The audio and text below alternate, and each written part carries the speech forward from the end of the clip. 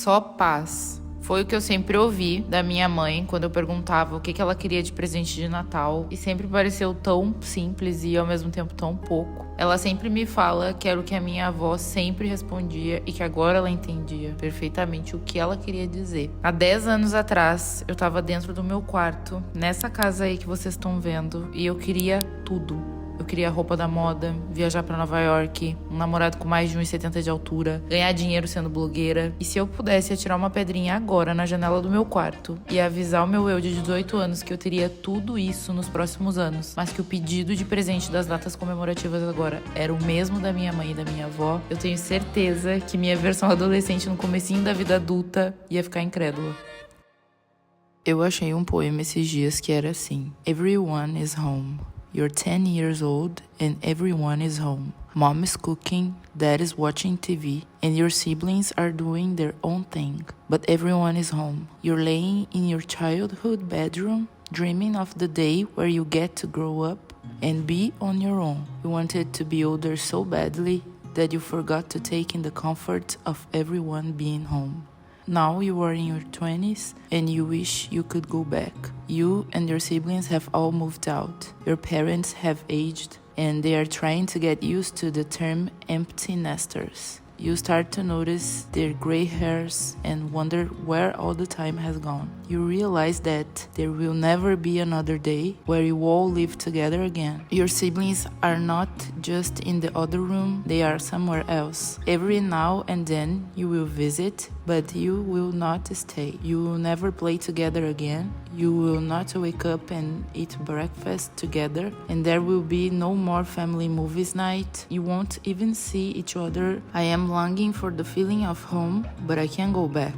My childhood home has been ripped down, and pieces of it are scattered in all different places. Nobody is home.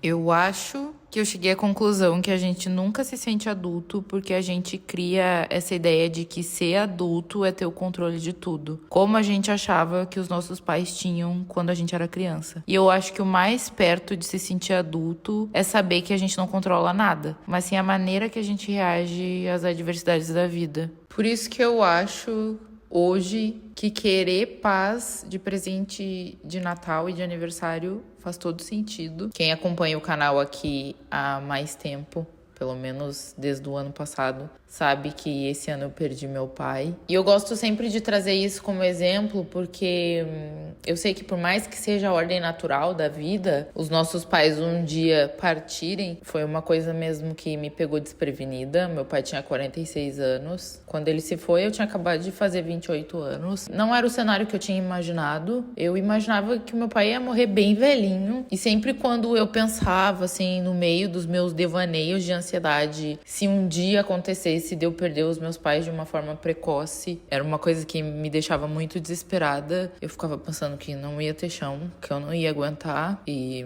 eu tô aqui 10 meses depois. Por mais difícil que seja a situação, a gente sempre encontra maneira. Eu acho que alguém deixar de existir na tua vida é uma das coisas mais difíceis, se não a mais difícil. Com a falta do meu pai, eu aprendi a desmistificar o medo. Privilegiadamente, eu sempre tive o apoio dos meus pais. Eu sempre tive a alçada do meu pai para segurar questões burocráticas que eu não sabia resolver. Para vocês terem ideia, eu transferia o dinheiro que eu recebia pro meu pai, o dinheiro que era das contas, e meu pai encaminhava pro que tinha que ser pago. Então, eu não fazia a mínima ideia de como se pagava uma conta de água, uma conta de luz, como se pagava o imposto, como se falava com o proprietário da casa que tu aluga, como se aluga uma casa. Eu não tinha noção de nada disso e eu sempre tive medo de não saber fazer porque eu nunca tinha feito e eu tinha esse conforto de ter o meu pai para fazer por mim. Logo quando eu recebi a notícia do hospital que meu pai tinha falecido, junto com a dor da perda, me veio um medo gigante misturado. Um medo de não ser capaz, um medo de eu não me sinto adulta o suficiente para perder um dos meus pais. E aí eu aprendi que só dá para não ter medo de fazer algo sabendo que existe além da barreira do medo. A vida me obrigou a sair da minha zona de conforto. E com essa situação eu aprendi que por mais dolorosa e difícil que seja a situação, às vezes tu não tem opção senão o enfrentamento. E nessas horas de ter que enfrentar, Tu não tem espaço pra ter medo, não tem tempo pra ter medo. E aí que a gente vê que a gente tem uma força que a gente desconhece. Eu sempre tenho comigo pensamentos que me ajudam, que são tipo chave pra eu ficar calma e conseguir fazer o que precisa ser feito. E um deles que tá sempre na minha cabeça é que eu não sou a última pessoa do mundo, eu não sou a primeira e nem a última pessoa a passar por determinada situação. E eu sempre penso que se alguém enfrentou, eu também enfrento, porque ninguém tem superpoder, ninguém é mágico. Então, se uma pessoa foi lá e fez, eu acho que eu também consigo fazer. Se tem alguém fazendo, é porque dá pra fazer. Eu acho que é basicamente isso que eu penso. Nessas de aprender a fazer coisa sozinha, a ser mais independente, eu tenho muita vontade de aprender a dirigir. Eu já fiz a prova da autoescola 7 vezes e eu reprovei, porque na época eu tava muito nervosa. Foi pra tentar fazer um intercâmbio, mas agora voltando pro Brasil é uma das coisas que eu quero provar pra mim que eu consigo, que eu acho muito legal quem pega o carro e sai e vai, sabe? Não precisa esperar por nada, nem por ninguém. E eu acho que eu sou capaz, mesmo tendo rodado 7 vezes. Uma coisa que eu achava na minha adolescência que eu não ia conseguir fazer e que hoje eu faço é saber falar outra língua. Eu lembro direitinho a primeira vez que eu quis do fundo do meu coração falar inglês. Foi em 2013 que eu tava mexendo no Twitter e a minha cantora favorita, Lana Del Rey, tinha vindo pro Brasil e aí tinha um guri daqui brasileiro falando com ela em inglês, um inglês perfeito, fluido. A forma que ele conseguia se comunicar com ela me fascinou. E eu fiquei me perguntando se um dia eu ia conseguir falar inglês. E se sim, o que eu precisava fazer, por onde começar. Com o passar dos anos eu consegui aprender o inglês básico mesmo, básico do básico na internet, assistindo série, ouvindo música, comparando a tradução com a letra original. Mas eu sempre sentia a necessidade de poder me comunicar com alguém nativo. Foi aí que eu fui para os Estados Unidos pela primeira vez, em 2017, com 21 anos. Nos primeiros dias em Nova York, eu já vi que os nativos falam muita gíria, falam muito rápido, emendam uma palavra na outra muito.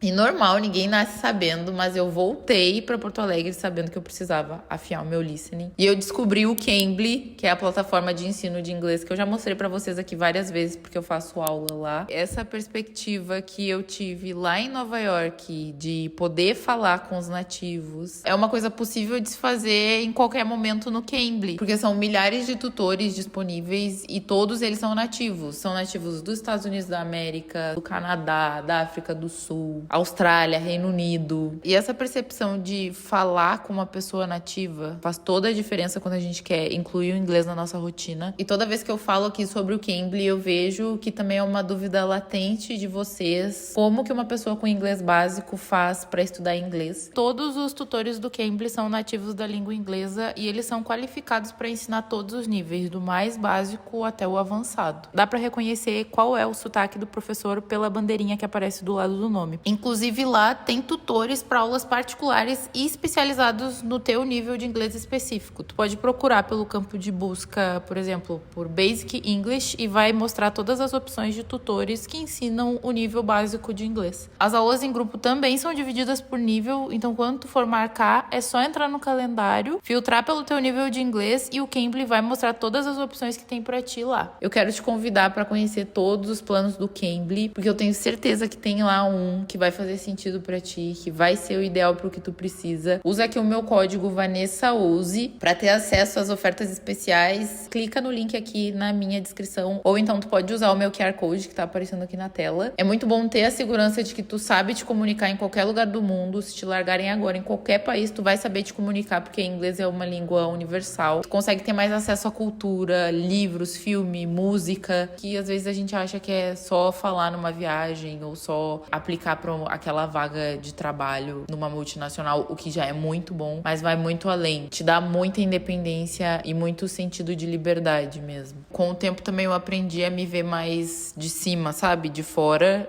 ver que eu sou um ser humano, que eu não sou a Vanessa só. Eu tenho dias que eu não tô bem, eu tenho dias que eu tô super bem, super disposta. Eu tenho sentimentos como qualquer outro ser humano e às vezes eu não sei lidar com esses sentimentos. Então também eu aprendi bastante a acolher o que eu sinto. Eu acho também que o que melhorou muito a minha qualidade de vida dentro da minha cabeça foi saber reconhecer quando eu tô sendo egocêntrica, entre aspas, entre muitas aspas. Mas eu descobri que o ego existe até quando a gente acha que não. Por exemplo, quando a gente quer ser a pessoa que é a mais triste, que é a que mais tem problema, isso também é uma forma de ego, é uma forma de se colocar como centro. Eu queria saber traduzir direitinho o que tá passando na minha cabeça pra vocês entenderem, mas eu acho que tá fazendo sentido, né? Como anos atrás eu queria parecer algo pras pessoas que eu não era, uma pessoa socialmente ativa, que era desejada, que tinha muitos amigos, e como era difícil, porque nada disso era genuíno. Eu percebi que isso era o meu ego falando. Eu tava lendo esse livro aqui, que era a continuação do Poder do Agora, e agora eu terminei, e eu queria só mostrar pra vocês essa parte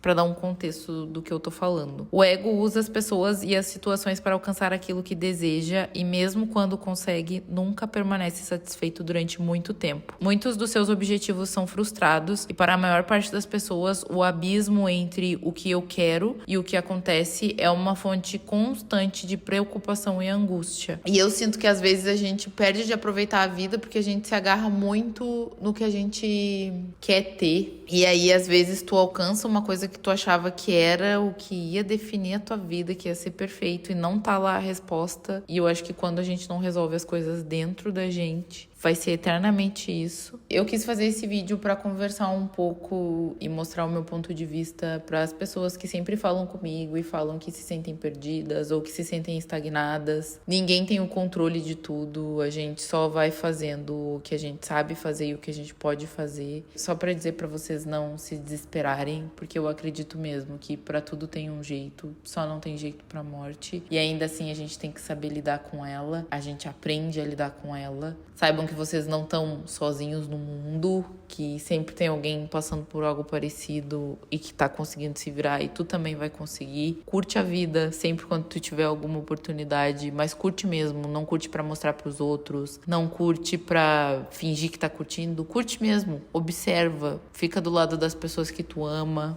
Escuta as pessoas que tu ama. A gente não sabe do dia de amanhã. E isso traz um certo conforto, porque a gente tá aqui hoje. E a gente tem que resolver os problemas de hoje. E amanhã logo se vê. Eu vou ficando por aqui. Um beijo. E tchau.